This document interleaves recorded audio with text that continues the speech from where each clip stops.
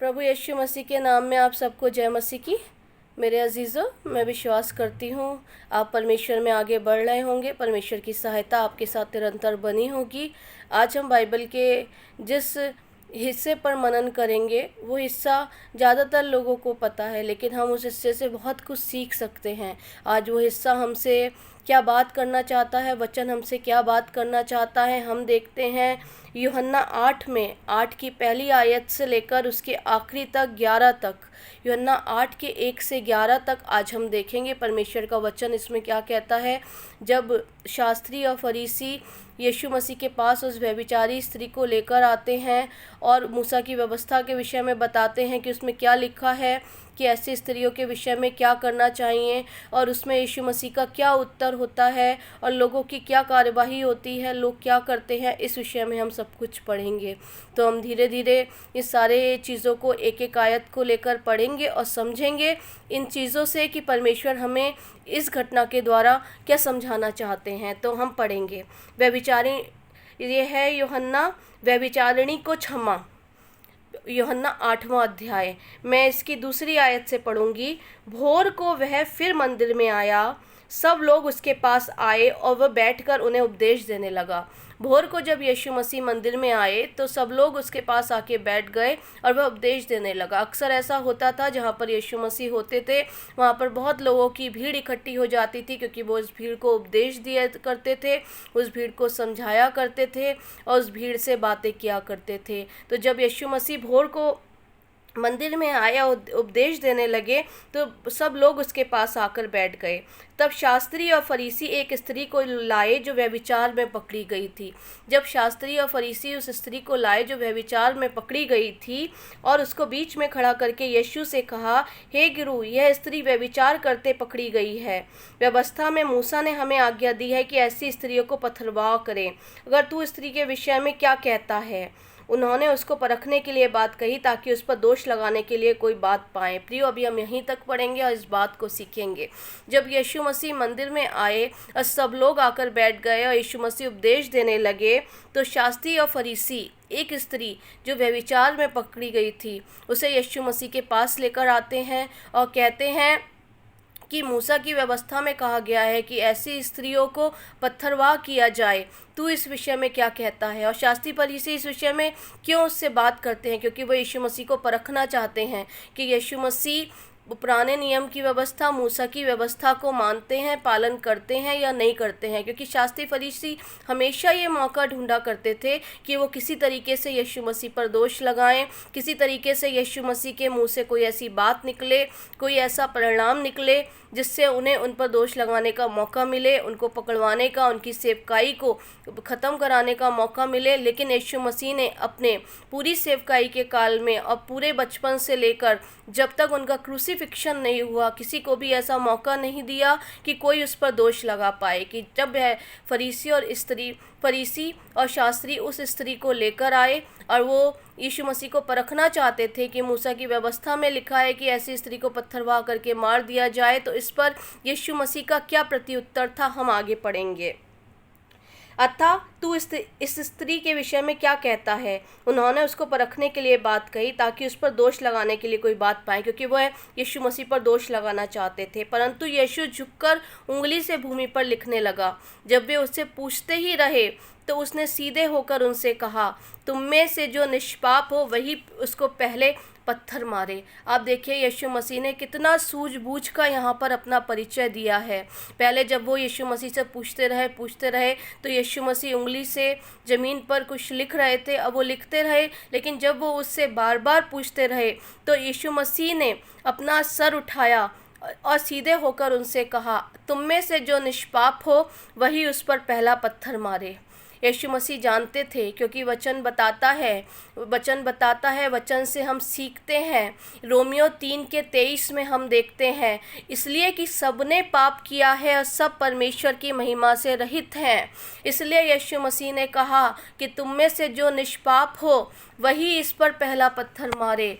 तो जब उन लोगों ने ये बात सुनी तो उन्होंने इसका क्या किया? फिर झुककर भूमि पर उंगली से लिखने लगा। जब यीशु मसीह ने कहा कि तुम में से जो निष्पाप हो वही पहला पत्थर मारे, और यीशु मसीह फिर भूमि पर उंगली से लिखने लगे। और फिर क्या हुआ, वो सब सुनकर जो भीड़ वहाँ पे खड़ी थी, शास्त्री फरीसी वहाँ पे आए थे, परंतु वह यह सुनकर बड़ों से लेकर छोटों तक एक एक करके निकल गए और यीशु अकेला रह गया। जब यीशु मसीह ने कहा तुम में से जो निष्पाप हो वही इस पर पहला पत्थर मारे, और यीशु मसीह दोबारा से भूमि पर लिखने लगे, तो उसमें जो बड़ों से लेकर छोटा तक सब लोग एक एक कर निकल गए और किसी ने उस पर पत्थरवाह नहीं किया, क्योंकि यीशु मसीह ने उनको उनका जो सवाल था, जो वो यीशु मसीह को परखना चाहते थे, यीशु मसीह को देखना चाहते थे, उन पर दोष लगाना चाहते थे, उसका उत्तर बड़ी ही सूझबूझ के साथ, वचन की सामर्थ्य के साथ दिया। क्योंकि रोमियो में लिखा है कि सबने पाप किया है, सब परमेश्वर की महिमा से रहित है। यीशु मसीह जानते थे कि इन लोगों में से कोई भी ऐसा निष्पाप इंसान नहीं है कि वो इस स्त्री पर पत्थरवाह कर सके। और यीशु मसीह हमें इसके द्वारा बताना चाहता है कि हम जान पाएँ कि दूसरों पर दोष लगाने से पहले कि हम अपने आप को जांचें, क्या हम निष्पाप हैं, क्या हमने कोई पाप नहीं किया है। हम देखते हैं पहला यूहन्ना 1:8 में, यदि हम कहें हम में कुछ भी पाप नहीं है तो अपने आप को धोखा देते हैं और हम में सत्य नहीं है। अगर हम कहें हम में कोई भी पाप नहीं है तो हम खुद को धोखा देते हैं। अगर उनमें से कोई भी जन जानता होता कि वो पापी है लेकिन वो कहता कि उसमें कोई पाप नहीं है और वो स्त्री पर पत्थरवाह करता, तो वो कुछ नहीं करता, वो अपने आप को धोखा देता। जिस तरह अगर आज हम कहते हैं हम में कोई पाप नहीं है तो हम अपने आप को ही धोखा देते हैं और हम सत्य नहीं बोलते, झूठ बोलते हैं। परमेश्वर ने हमें सत्य का आत्मा दिया है। परमेश्वर सत्य है, वो चाहते हैं कि उसके लोग भी सत्य ही बोले। परमेश्वर पवित्र है, वो चाहते हैं कि उनके लोग भी पवित्र हों। इसलिए यीशु मसीह ने कहा कि तुम में से जो निष्पाप हो पहला पत्थर मारे। लेकिन जब उन्हें खुद वहाँ के लोगों ने पाया, शास्त्री फरीसियों ने पाया कि वो पापी हैं, उनके अंदर कोई भी ऐसा एक जन नहीं है जिनने कोई भी पाप जीवन भर में नहीं किया हो, तो सब एक एक कर चले गए। इससे परमेश्वर ने हमें सिखाया कि पहले हम खुद को जांचें और खुद को देखें। अगर हम ये कहते हैं पहला यूहन्ना की तरह 1:8 की तरह हम में कोई पाप नहीं है और अपने आप को धोखा देते हैं, क्योंकि अगर हमें पाप नहीं होता तो यीशु मसीह को कलवरी का क्रूस नहीं उठाना पड़ता, कलवरी का दर्द नहीं सहना पड़ता, हमारे पापों को नहीं उठाना पड़ता, हमारे दर्दों को नहीं सहना पड़ता, क्योंकि हम सब पापी थे। जब हम पापी थे सही समय पर यीशु मसीह हमारे लिए मरे कि हमें इस पाप की व्यवस्था से मुक्त कर सकें। इसलिए यीशु मसीह के वचन में ये पाया जाता है, ये लिखा है, पत्रियों में लिखा है कि अगर हम कहते हैं हम पापी नहीं हैं तो हम स्वयं को धोखा देते हैं और हम नहीं जानते कि हम क्या कर रहे हैं। तभी यीशु मसीह ने कहा उस स्त्री के लिए कि तुम में से जिसने पाप ना किया वही पहला पत्थर मारे। लेकिन सारे लोग चले गए। उसके बाद क्या हुआ मेरे अजीज़ों, जब यीशु अकेला रह गया और स्त्री वहीं सोच में खड़ी रह गई, यीशु ने सीधे होकर उससे कहा, हे नारी वे कहाँ गए। जब यीशु मसीह वहाँ अकेले रह गए, सारे भीड़ शास्त्री फरीसी सब चले गए, यीशु मसीह सीधे हुए और उस स्त्री से पूछने लगे, हे नारी वे कहाँ गए, क्या किसी ने तुझ पर दंड की आज्ञा नहीं दी। जबकि यीशु मसीह सारी बातों को जानते थे, फिर भी वो इस बात को जताना चाहते थे कि वो लोग, उसमें से जो जितने लोग आए थे कोई भी निष्पाप नहीं था, कोई भी निष्कलंक नहीं था। इसलिए उन्होंने उससे पूछा, क्या वो सारे लोग चले गए।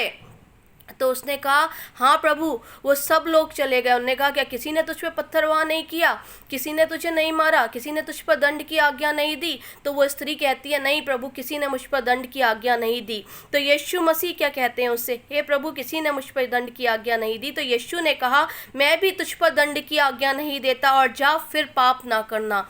यीशु मसीह ने उनसे क्या कहा, मैं भी तुझ पर दंड की आज्ञा नहीं देता। यीशु मसीह ने मूसा की व्यवस्था को भी पूरा किया और जो नए नियम की बातें हैं उनको भी पूरा किया। उस व्यभिचारिणी स्त्री को क्षमा किया और कहा, जा दोबारा पाप नहीं करना, दोबारा पाप नहीं करना। इस बात पर हमको ध्यान देना है कि यीशु मसीह ने उस स्त्री को माफ़ किया, उस पर कोई दंड की आज्ञा नहीं दी और उससे कहा दोबारा पाप नहीं करना। लेकिन मेरे अजीज़ों, अगर आज हमारे जीवन से पाप होता है और हम यीशु मसीह के पास आते हैं, वो हमें क्षमा करते हैं, वो हमें क्षमा करते हैं, क्योंकि यूहन्ना 20:23 में लिखा है, यूहन्ना 20:23 हमें बताता है जिनके पाप तुम क्षमा करो वे उनके लिए क्षमा किए गए हैं, जिनके तुम रखो वे रखे गए हैं। अगर हम दूसरों के पाप क्षमा करते हैं तो हमारे भी पाप क्षमा होते हैं। और यीशु मसीह यही हमसे भी कहना चाहते हैं कि हम दोबारा पाप ना करें।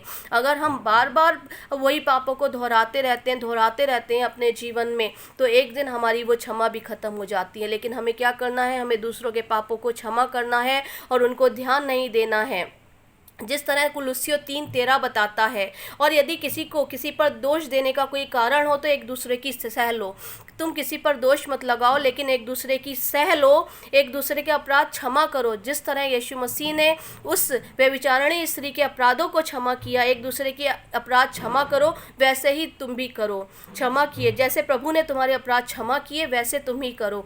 जिस तरह यीशु मसीह ने उस व्यभिचारिणी स्त्री के हमारे पापों को क्षमा किया है, अगर हम लोगों के पापों को क्षमा करते हैं तो हमारे पाप भी क्षमा किए जाएंगे। लेकिन हम इस बात को चेतावनी की तरह अपने जीवन में लिए कि यीशु मसीह ने उस व्यभिचारिणी स्त्री से अंतिम शब्द कहे कि मैं भी तुझ पर दंड की आज्ञा नहीं देता, जा दोबारा पाप मत करना। प्रभु यीशु मसीह नहीं चाहते कि हम पाप में डूबे रहें, क्योंकि वचन क्या बताता है रोमियो 6:23 में, पाप की मजदूरी तो मृत्यु है, परंतु परमेश्वर का वरदान हमारे प्रभु यीशु मसीह में अनंत जीवन है। अगर हम पाप करते हैं तो उस पाप में हम सिर्फ मृत्यु को ही प्राप्त करते हैं। हम पाप पे पाप करते रहते हैं तो हम मृत्यु को ही प्राप्त करते हैं, जबकि यीशु मसीह नहीं चाहता कि कोई भी पाप में मरे, क्योंकि यीशु मसीह इसलिए आया कि हम जीवन पाएं और बहुतायत का जीवन पाएं। और बहुतायत का जीवन क्या है? परंतु परमेश्वर का वरदान हमारे प्रभु यीशु मसीह में अनंत जीवन है। वो बहुतायत का जीवन क्या है? अनंत जीवन है।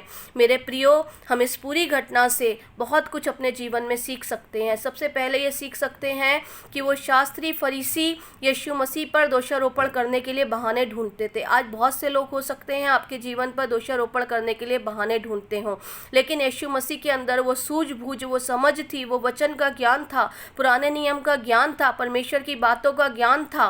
वो निष्पाप थे, वो निष्कलंक थे, वो न्याय करने के योग्य थे।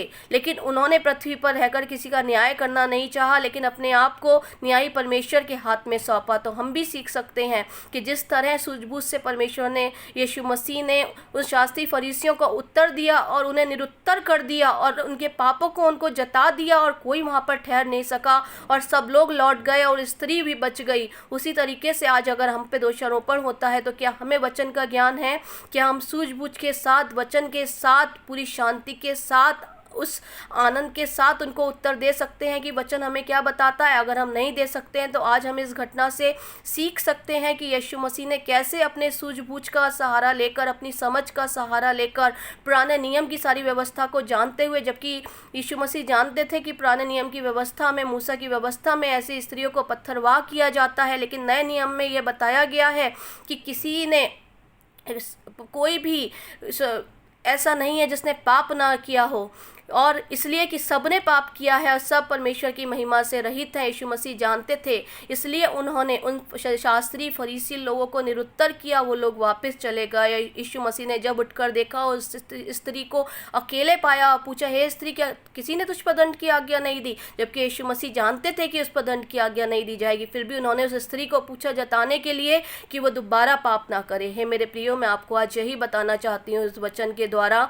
कि आज अगर आप सवालों जवाबों में फंसते हैं तो सूझबूझ का, परमेश्वर की समझ का, परमेश्वर के वचन का और परमेश्वर की आत्मा का सहारा लीजिए, क्योंकि बोलने वाले आप नहीं, पवित्र आत्मा होगा जो आप में होकर बोलेगा और वही आपको ऐसे उत्तर देगा जो लोगों को निरुत्तर कर दे और लोगों को वापस कर दे कि आप पर वो दोष ना लगा पाए। लेकिन ये तभी होगा जब यीशु मसीह ने उस स्त्री से कहा, जा दोबारा पाप ना करना। अगर हम अपने पाप में जीवन से मन फिराते हैं और यीशु के बलिदान को अपने जीवन में ग्रहण करते हैं और अपने जीवन को बदलना चाहते हैं यीशु मसीह में, जैसे उस व्यभिचारिणी स्त्री की पाप क्षमा किए गए, उसी तरह हमारे भी सारे पाप यीशु मसीह ने क्षमा किए हैं। लेकिन उसके बावजूद भी अगर हम बार बार पापों में लिप्त रहना पसंद करते हैं और बाइबल के बातों को और बाइबल के तर्कों को अपने जीवन में नहीं अपना पाते हैं तो हम बहुत बड़े गड्ढे में हैं। परमेश्वर हमें मार्ग दिखाए कि हम उससे निकल पाएँ, कि किसी पर दोष न लगाएं और ये ना सोचें कि हमने पाप नहीं किया था और हम निष्पाप थे और यीशु मसीह का बलिदान व्यर्थ ठहरे। मेरे यीशु मसीह का बलिदान जो उसने क्रूस पर दिया वो हम सब के लिए, समस्त मानव जाति के लिए दिया। यही संदेश दिया कि क्षमा करो कि तुम्हें भी क्षमा किया जाए। यीशु मसीह ने उस स्त्री के पापों को क्षमा कर कर हमें सिखाया है कि हमें भी किसी पर दोष नहीं लगाना, सबसे पहले खुद को जांचना है। अगर हम अपने आप को निष्पाप पाते हैं तो हम किसी पर दोष लगाने का कोई हक रखते हैं, लेकिन अगर हमारे जीवन में भी कहीं ना कहीं कोई पाप और कोई ऐसी बात पाई जाती है जो हमें परमेश्वर से दूर करती है, तो हमें उसे दूर करने की आवश्यकता है। हम परमेश्वर के वचन में बने रहें, यीशु मसीह के स्वभाव में बढ़ते जाएं, परमेश्वर का प्रेम हमारे जीवन में होने पाए। मेरे प्रियो, इस घटना से परमेश्वर आपको बहुत आशीष दे। जिस तरह उस व्यभिचारिणी स्त्री के पाप क्षमा हुए, उसी तरह परमेश्वर पिता अपने पुत्र प्रभु यीशु मसीह के द्वारा हम सबको क्षमा कर चुके हैं, हमारे पापों को धो चुके हैं। लेकिन उसके बावजूद दोबारा से हम अगर उन पापों में जाते हैं तो हम क्षमा मांगे, सहायता मांगे। प्रभु हमारी सहायता करें कि हम उन पापों से बच सकें और दोष ना लगाएं, और क्षमा करें कि हमारे पाप भी क्षमा किए जाएं। हमारे अंदर क्षमा की भावना होनी चाहिए, उत्तर प्रत्युत्तर करने की क्षमता होनी चाहिए, वचन का ज्ञान होना चाहिए। हम किसी को वचन से